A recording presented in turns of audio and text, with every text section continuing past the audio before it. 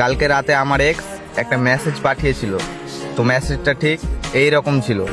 তুমি না বলেছিলে 2 বাচ্চার মা হয়ে ফিরে আসলেও তুমি আমাকে গ্রহণ করে নেবে।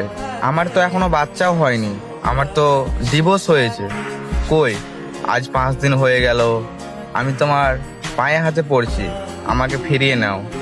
কই, তুমি তো আমায় ফিরিয়ে নিলে না। আসলে ক্যাপশনে মানায় যে মায়াবতী 2 বাচ্চার মা হয়েও বৃদ্ধ বয়সে ফিরে আসতে চাইলেও আমি তাকে নির্দ্বিধায় ফিরিয়ে নেব।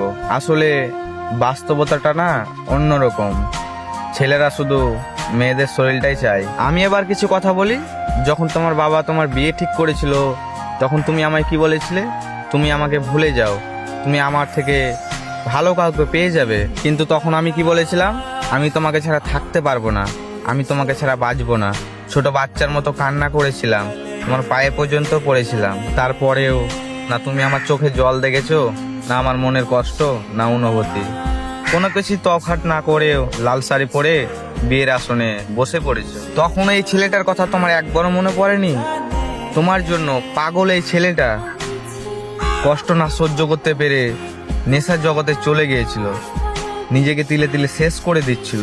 আর তখন তুমি কোথায় ছিলে? তখন তো তুমি তোমার হাজবেন্ডের সাথে বেশ মজাই ছিলে।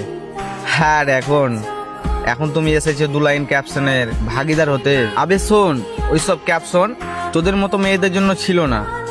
আর শোন, একটা কথা পরিষ্কার ভাবে বলে দিচ্ছি, এরপর থেকে যেন তোর কল বা মেসেজ অথবা আমার ভিডিওতে কমেন্ট যেন না আসে। আর যদি আসে তাহলে আমার থেকে খারাপ আর কেউ হবে না। আর শোন, তোর বাবাকে বলে দিস সরকারি ওয়ালার একটা ছেলে খুঁজে দিতে।